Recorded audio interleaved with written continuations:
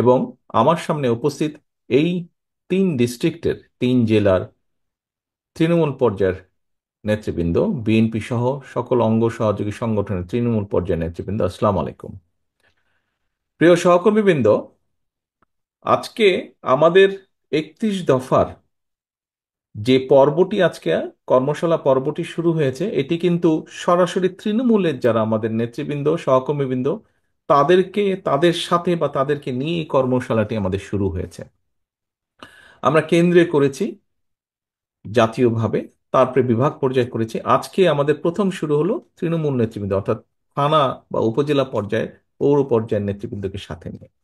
এখন প্রিয় সহকর্মীবৃন্দ, আপনারা সারাদিন এখানে আলোচনা করেছেন প্রতি জেলায়, এবং তারপরে বিকেল বেলায় কিছু আহ কারো কারো কিছু প্রশ্ন ছিল, জানার ছিল, সেগুলো নিয়ে আমরা কম বেশি আলাপ করেছি। আপনারা নিজেরাই খেয়াল করে দেখুন, আপনারা যেই বিষয়গুলো নিয়ে সারাদিন আলোচনা করেছেন এবং আপনাদের প্রশ্নের মধ্যে যেই বিষয়গুলো চলে এসছে, বিষয়গুলি কি ছিল? বিষয়গুলো ছিল, বলা যায় বিষয়গুলো সবগুলোই ছিল কিন্তু দেশের এবং দেশের মানুষের বিভিন্ন সুবিধা অসুবিধা সমস্যা নিয়ে, কনসার্ন নিয়ে আপনারা আলোচনা করেছেন।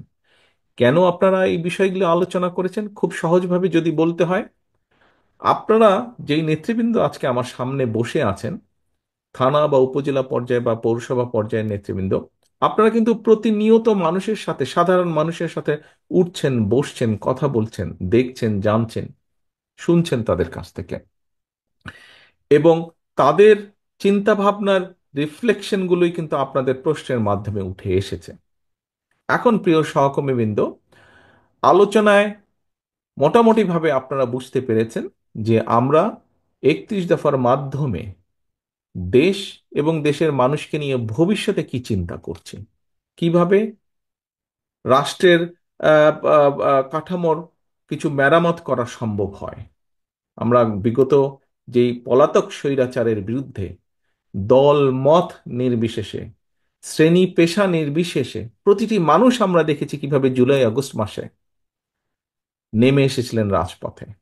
এই সকল মানুষকে সাথে নিয়ে, এই সকল মানুষের কম বেশি সকলের যেই প্রয়োজন, তাদের যেই চাওয়া প্রত্যাশা, দেশকে নিয়ে, ভবিষ্যৎকে নিয়ে, তার একটি সমষ্টিগত চিন্তার প্রতিফলন আমাদের এই 31 দফা।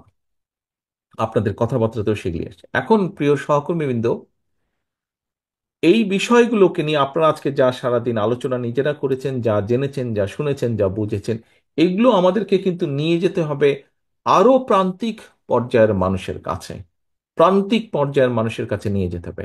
আপনারা কৃষককে নিয়ে আলাপ করেছেন, এই 31 দফা কৃষকের কাছে নিয়ে যেতে হবে। আপনারা মহিলা নারী সমাজকে নিয়ে আলাপ করেছেন, এই নারী নেতৃত্ব শুধু নয়, পুরুষ নেতৃত্ব, সকলকে, নারীদের কাছে, প্রান্তিক পর্যায়ে নারীদের কাছে যেতে হবে। আপনারা আলাপ করেছেন মিল কারখানার শ্রমিকদেরকে নিয়ে, তাদের কাছে যেতে হবে। শিক্ষা নিয়ে আলাপ করেছেন, ছাত্র এবং শিক্ষকদের কাছে যেতে হবে, অর্থাৎ সমাজের প্রতিটি শ্রেণীর ব্যাপারে আপনারা আলাপ করেছেন, তাদের কাছে যেতে হবে। কারণ আমাদের মূল লক্ষ্য বা টার্গেট, আমরা যখন অতীতে, অর্থাৎ বিএনপি বাংলাদেশ জাতীয়তাবাদী দল শহীদ রাষ্ট্রপতি জিয়াউর রহমানের নেতৃত্বে এবং পরবর্তীতে দেশনেত্রী খালেদা জিয়ার নেতৃত্বে আমরা যতবার দেশ পরিচালনার সুযোগ পেয়েছি বাংলাদেশের জনগণের সমর্থনকে নিয়ে, আমরা প্রতিবার চেষ্টা করেছি এই দেশের মানুষের ভাগ্যের পরিবর্তন ঘটাতে, দেশটাকে আগিয়ে নিয়ে যেতে, আমরা এগিয়ে নিয়ে যেতে আমরা চেষ্টা করছি মানুষের যাতে কিছুটা বেটার থাকে, মানুষ কিছুটা ভালো থাকে। প্রিয় সহকর্মীবৃন্দ, আমি প্রায় একটি কথা বলি, আজকেও আপনাদের সামনে তুলে ধরতে চাই কথাটি।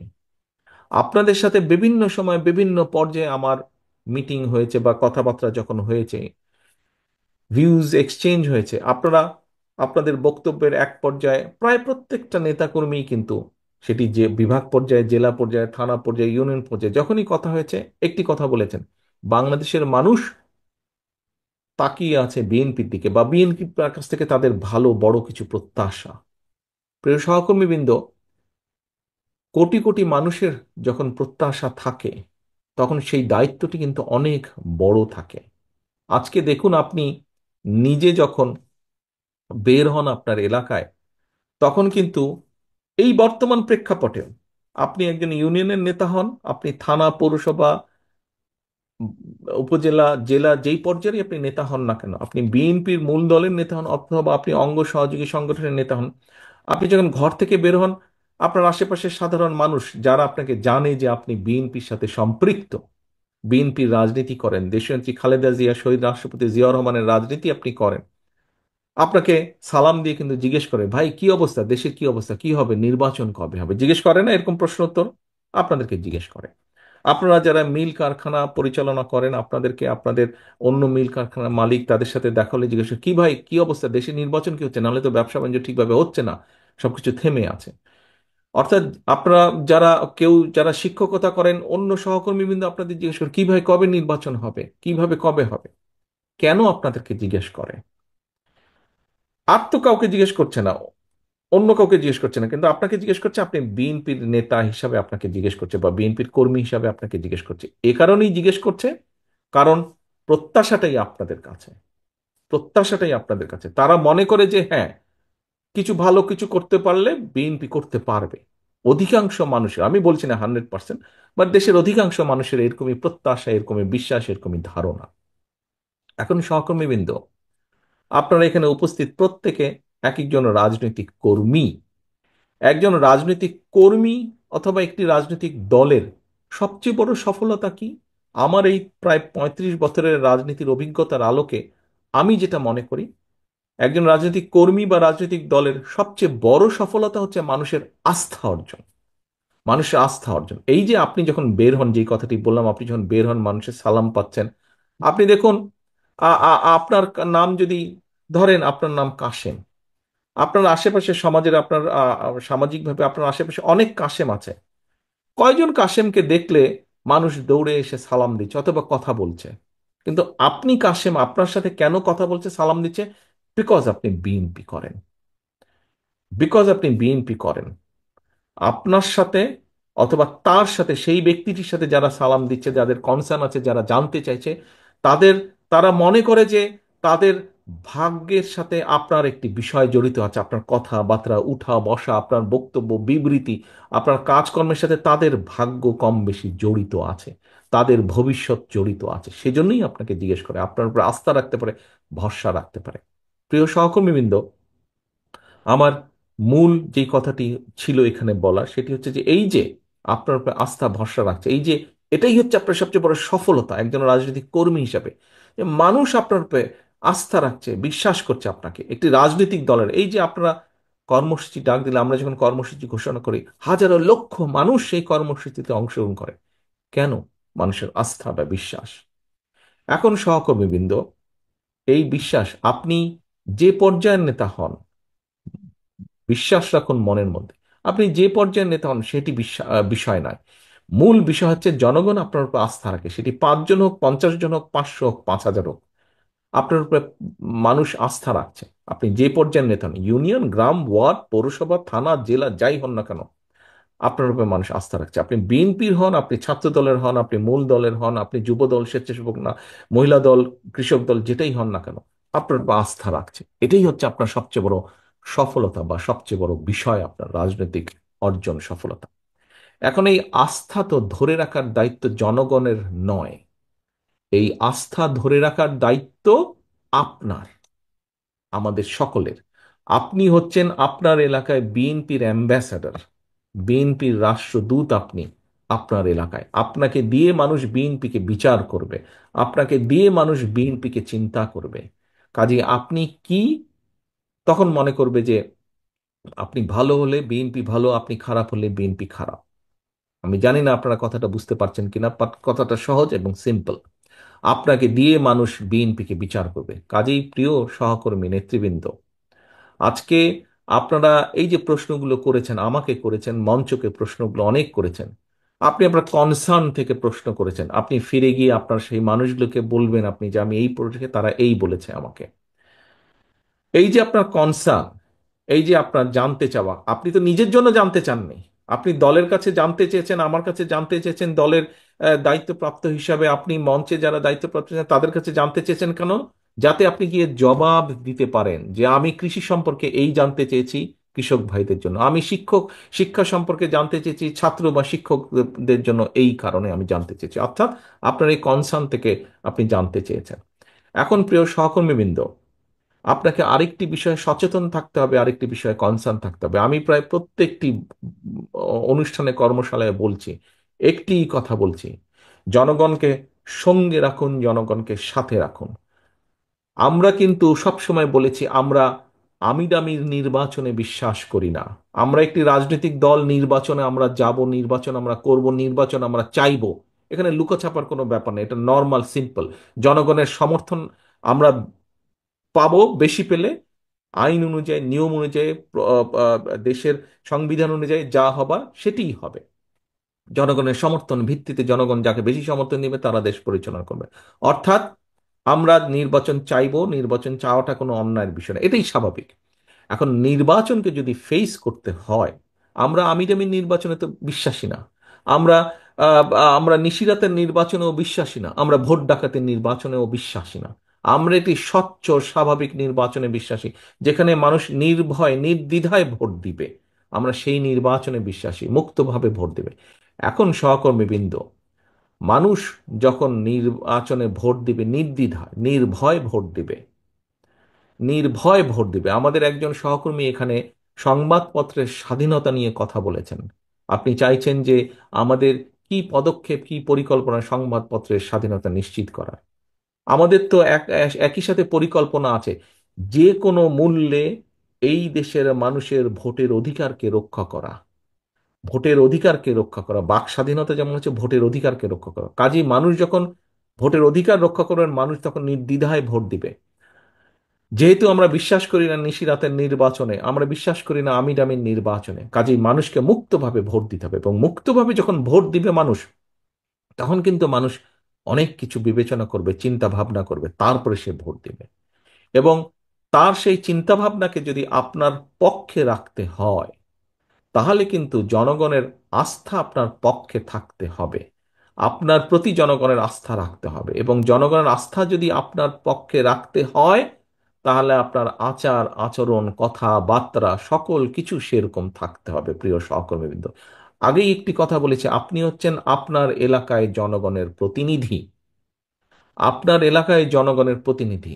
আপনি এত বছর যখন কষ্ট করেছেন, এত, এখানে যারা উপস্থিত আছেন 3 জেলার, আমার কাছে তো মনে হয় এখানে যারা, যেই কয়টা মানুষ উপস্থিত আছেন এখানে, হিসাব মতে আজকে আপনারা উপস্থিত আছেন আহ,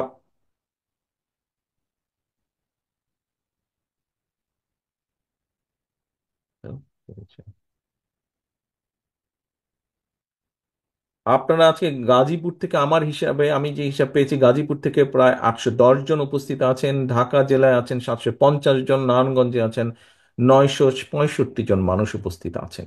এই যে প্রায় 3000-এর কাছাকাছি মানুষ যে আপনারা উপস্থিত আছেন এখানে, বলে দেওয়া যায় মোটামুটি যে প্রত্যেকটা মানুষের বিরুদ্ধে না হলেও একটি করে হলো, এই স্বৈরাচারের আমলে একটি করে হলো মিথ্যা বা গায়েবী মামলা আছে, মিনিমাম। আছে না? প্রত্যেকটি মানুষের নামে আপনাদের আছে। এই যে হাত তুলেছে সবাই, না গাজীপুর থেকে আছে। এখন প্রিয় সহকর্মী, এই যে ঢাকা জেলা থেকে হাত তুলেছে, আহ নারায়ণগঞ্জ থেকেও হাত তুলেছে, প্রত্যেকটা মানুষ। এখন এই যে বিগত 15 বছর আপনারা এত অত্যাচার, নির্যাতন, মিথ্যা মামলা, গায়েবী মামলা সহ্য করেছেন। আমাদের বহু নেতাকর্মী আছেন, বহু নেতাকর্মী আছে যাদের স্বজন মারা গিয়েছে, আপনজন বাবা মা মারা গিয়েছে, তাদেরকে হ্যান্ডকাফ পরিয়ে জানাজায় নিয়ে গেছে। আমাদের সহকর্মীবৃন্দ হ্যান্ডকাফ পরা অবস্থায় হাসপাতালে ফ্লোরে মৃত্যুবরণ করেছে। আমাদের সহকর্মীবৃন্দ হাত করা অবস্থায় জেলের ভিতরে মৃত্যুবরণ করেছে। যেই দলের নেতাকর্মীরা এত অত্যাচার নির্যাতন সহ্য করে এই পর্যন্ত আপনারা এসেছেন, এই পর্যন্ত দলের ঐক্যকে ধরে রেখেছেন, এই পর্যন্ত জনগণের আস্থাকে ধরে রেখেছেন, আমাদের ভেতরে যদি কেউ নিজের স্বার্থ হাসিলের জন্য এই আস্থাকে আঘাত করে, এই আস্থাকে, বিশ্বাসকে, জনগণের আস্থা বিশ্বাসকে নষ্ট করে নিজের স্বার্থ সিদ্ধির জন্য, ব্যক্তিগত স্বার্থ সিদ্ধির জন্য, আমার অনুরোধ থাকবে আপনাদের সহকর্মী হিসেবে, প্রত্যেকের কাছে অনুরোধ থাকবে, আপনাদের নেতা হিসেবে আপনাদের প্রত্যেকের প্রতি আমার নির্দেশনা থাকবে, শক্ত হাতে সেই লোকগুলোকে দমন করতে হবে। আপনাদের শক্ত হাতে সেই লোকগুলোর বিরুদ্ধে আপনাদেরকে ব্যবস্থা নিতে হবে। কেন নিতে হবে, কেন আপনাদেরকে এই কথাটি বলছি? আগেই বলেছি, 3 জেলার আপনারা যারা এখানে উপস্থিত আছেন, প্রত্যেকে আপনারা কিন্তু আজকে এখানে নেতা হিসাবে উপস্থিত হয়েছেন। এই যে কর্মশালে উপস্থিত হয়েছেন, নেতা হিসাবে উপস্থিত হয়েছেন। আপনার অধীনস্থ অনেক নেতাকর্মী আছে, প্রত্যেককে আপনাদের খেয়াল রাখতে হবে। তাদের অধীনে আবার যারা আছে খেয়াল রাখতে হবে, যাতে নিজের স্বার্থ হাসিলের জন্য দলের সুনাম কেউ নষ্ট করতে না পারে, নষ্ট করতে না পারে। এটি খেয়াল রাখতে হবে প্রিয় সহকর্মী। প্রত্যেক জায়গায় আমি এই কথা বলছি। আরেকটি কথা আপনাদের সামনে উল্লেখ করতে চাই। দেখুন, স্বৈরাচার, আপনারা এখানে পোড় খাওয়া প্রত্যেকে রাজনীতিবিদ, প্রত্যেকে পোড় খাওয়া রাজনীতিবিদ। হ্যাঁ, আমরা আজকে 31 দফা নিয়ে আলোচনা করেছি। 31 দফা নিয়ে আমরা 31 দফার ভিতরে আমরা দেশের শিক্ষা নিয়ে আলোচনা করেছি, দেশের মানুষের স্বাস্থ্য নিয়ে আলোচনা করেছি, দেশের যুবকদের ভবিষ্যৎ প্রজন্মের কর্মসংস্থান নিয়ে আমরা কম বেশি আলোচনা করেছি, দেশের শিল্প নিয়ে আমরা আলোচনা করেছি, কৃষি নিয়ে, মহিলা নারী সমাজকে নিয়ে আমরা আলোচনা করেছি। প্রত্যেকটি, প্রায় অলমোস্ট প্রত্যেকটি কম বেশি সাবজেক্ট নিয়ে আলোচনা করেছি। এখন আমরা যদি রাষ্ট্র মেরামত করতে চাই, আমরা যদি আমাদের এই কর্মসূচিগুলি, পরিকল্পনাগুলো যদি আমরা সফল করতে চাই, এগুলি বাস্তবায়ন আমরা করতে চাই, তাহলে অবশ্যই আমাদেরকে রাষ্ট্র ক্ষমতায় যেতে হবে জনগণের সমর্থন নিয়ে। তাহলে অবশ্যই আমাদেরকে সরকার গঠন করতে হবে জনগণের সমর্থনকে নিয়ে, সহকর্মী বৃন্দ। তা না হলে, আমরা যদি সেটি করতে সক্ষম না হই, আমাদের এতদিনের আন্দোলন ব্যর্থ হয়ে যাবে। আমরা যদি সেটা করতে সক্ষম না হই, তাহলে আমাদের এই যে সারাদিনের আলোচনা সভা, এইটি কর্মশালা, এটি আমাদের ব্যর্থ হয়ে যাবে। প্রিয় সহকর্মীবৃন্দ, আমরা দেশ নিয়ে যেই চিন্তা ভাবনা করছি, দেশের মানুষকে নিয়ে যেই চিন্তা করছি, যেই কর্মসূচিগুলো দিয়েছি আমরা 31 দফার ভিতরে, এগুলোকে সফল করতে হলে আমাদেরকে জনগণের সমর্থন প্রয়োজন। জনগণের আস্থার ভিতরে আমাদেরকে থাকতে হবে। এবং সে কারণে আমাদের প্রত্যেককে আমাদের অবস্থান থেকে যেটি সঠিক সেই কাজটি করতে হবে, যেটি অনৈতিক, যেটি খারাপ কাজ, সেটিকে আমাদের ত্যাগ করতে হবে, সেটির বিরুদ্ধে আমাদের প্রতিবাদ গড়ে তুলতে হবে। সেটির বিরুদ্ধে আমাদেরকে শক্ত অবস্থান নিতে হবে। কিছুক্ষণ আগে একটি কথা বলেছিলাম যে রাজনীতিবিদ হিসেবে, রাজনৈতিক কর্মী হিসেবে, রাজনৈতিক দল হিসেবে সফলতা কি? পিছনে যখন জনগণ থাকে। আপনারা প্রত্যেকেই কম বেশি জীবনে বহু মিছিল করেছেন। আপনি যখন মিছিল নিয়ে যান, মাঝে মাঝে কিন্তু আপনি পিছনে থাকেন, আরে ভাই আমার মিছিলটা কত বড় একটু দেখি তো। যখন দেখেন মিছিলটা আপনার প্রত্যাশার চেয়ে বড়, আপনার নিজের মনটা, কলিজাটা বড় হয়ে যায় না? দেখতে ভালো লাগে না? তাহলে এখন ভাইয়েরা, সহকর্মীবৃন্দ, কেন আপনি মিছিলটি ছোট করতে চাইবেন? প্রতিপক্ষের মিছিল, প্রতিপক্ষ বলতে দলের ভিতরে বোঝাচ্ছি না, প্রতিপক্ষ বলতে অন্য রাজনৈতিক দলের সমাবেশ যখন দেখি ছোট, যাদেরকে আমরা মনে মনে ভাবি যে এটা তো আমার দল না, অন্য দলের মিটিং, এটা অন্য দল, আমার প্রতিপক্ষ রাজনৈতিক দল, যখন দেখি তাদের মিটিংটা ছোট, যখন দেখি তাদের জনসমাবেশ ছোট, যখন দেখি তাদের প্রসেশনটা, মিছিলটা ছোট, নিজেদের মনে তো একটু আনন্দ লাগে, তাই না? যে আমাদেরটা বড় ছিল, বিএনপিরটা বড় ছিল, বিএনপির মিছিল, বিএনপির মিটিং বড় ছিল। সহকর্মীবৃন্দ, আজকে আমাদেরকে প্রতিজ্ঞা করতে হবে কর্মশালা শেষে, আমরা যেমন এই কর্মশালার পরে আপনাদেরকে গ্রামে গ্রামে, ওয়ার্ডে ওয়ার্ডে, ঘরে ঘরে যেতে হবে 31 দফা নিয়ে।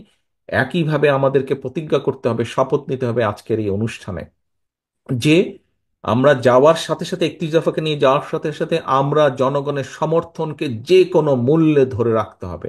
কারণ বারে বারে বলেছি, আবার বলছি, প্রতিপক্ষের মিছিল সমাবেশ ছোট, আমাদেরকে আনন্দ দিচ্ছে, কিন্তু কোনোভাবেই যাতে আমাদেরটা ছোট না হয়। কারণ আজকে আপনারা যেটা বক্তৃতা বিবৃতিতে বলেন, অনেকেই এখানে বলেছেন, বিএনপি এই মুহূর্তে ইনশাল্লাহ আল্লাহ রহমতে বাংলাদেশের অধিকাংশ মানুষের সমর্থন এনজয় করছে। কাজেই এটা অনেকের হিংসার কারণ হয়ে দাঁড়িয়েছে, অনেক রাজনৈতিক দল অনেকের হিংসার কারণ হয়ে দাঁড়িয়েছে, এবং অনেক ষড়যন্ত্র শুরু হয়েছে। সবসময় দেখেছেন, সবসময় আপনারা খেয়াল করে দেখুন, যারা এই দলের সাথে বহু বছর যাবৎ জড়িত আছেন, এখানে আমার সামনে অনেকে উপস্থিত আছেন যারা শহীদ জিয়ার সময় থেকে এই দলে জড়িত আছেন। আমরা সেই 81 সাল থেকে দেখেছি, 81 সালের আগে থেকে দেখেছি কিভাবে জাতীয়তাবাদী দলের বিরুদ্ধে বিভিন্ন সময় ষড়যন্ত্র হয়েছে, দেশের ভিতরে এবং দেশের বাইরে, আন্তর্জাতিকভাবে। কাজে ষড়যন্ত্র কিন্তু থেমে থাকে নাই।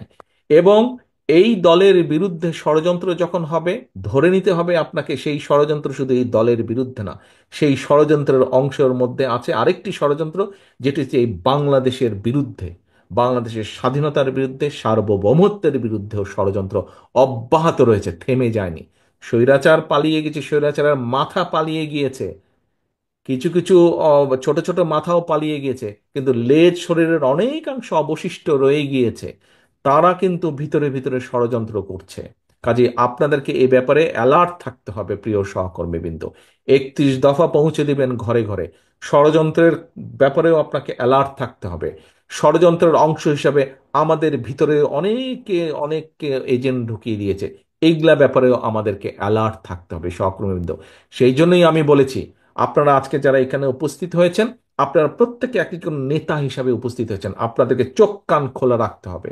সহকর্মীবৃন্দ, আগামীর যে নির্বাচন হবে, আগামীর যে নির্বাচন হবে, আপনাদেরকে আমি 100% গ্যারান্টি দিয়ে বলতে পারি, কেউ যদি মনে মনে ভেবে থাকেন আরে এখানে তো প্রধান প্রতিপক্ষ নাই অথবা দুর্বল হয়ে গেছে, নির্বাচন খুব সহজ হবে, no, no, no and no. এই নির্বাচন অতীতের যে কোনো নির্বাচনের থেকে অনেক অনেক অনেক কঠিন হবে, অনেক কঠিন হবে। কাজে নিজেদেরকে সেইভাবে সহকর্মীবৃন্দ প্রস্তুত করুন, নিজেদেরকে সেভাবে প্রস্তুত করুন যে আগামীর যে কঠিন নির্বাচন, সেটি জনগণের সমর্থন নেই, সেই নির্বাচনের পুল ছাড়া যাতে আমরা পার হতে পারি, সেইভাবে নিজেদেরকে প্রস্তুত করুন। সেজন্যই আমি সবসময় বলছি, জনগণের সঙ্গে থাকুন, জনগণকে সঙ্গে রাখুন। প্রিয় সহকর্মীবৃন্দ, আমরা জনগণকে সাথে নিয়ে বিগত 16-17 বছরের স্বৈরাচারকে পালিয়ে যেতে বাধ্য করেছি, জনগণের সমর্থন নিয়ে, জনগণকে সাথে নিয়ে। ইনশাল্লাহ আমরা জনগণের আস্থা ধরে রেখে, জনগণের সাথে নিয়ে, জনগণকে সঙ্গে নিয়ে, জনগণের সমর্থন নিয়ে আগামীতে আমরা দেশ পরিচালনা যোগ্যতা আমরা অর্জন করতে সক্ষম হব। এই আমার দৃঢ় বিশ্বাস, এই আমাদের দৃঢ় বিশ্বাস। আসুন আমরা যাতে আমাদের আজকের এই 31 দফাকে ভবিষ্যতে 31 দফায় যা আমরা উল্লেখ করেছি সেই মোতাবেক যাতে আমরা জনগণের কল্যাণে, রাষ্ট্রের কল্যাণে, দেশের কল্যাণে আমাদের পরিকল্পনাগুলোকে বাস্তবায়িত করতে পারি, তার জন্য যে যে পদক্ষেপ গ্রহণ করা প্রয়োজন আমরা সেই পদক্ষেপগুলি গ্রহণ করব। পরিশেষে বক্তব্য শেষ করার আগে একটি কথা দিয়ে শেষ করতে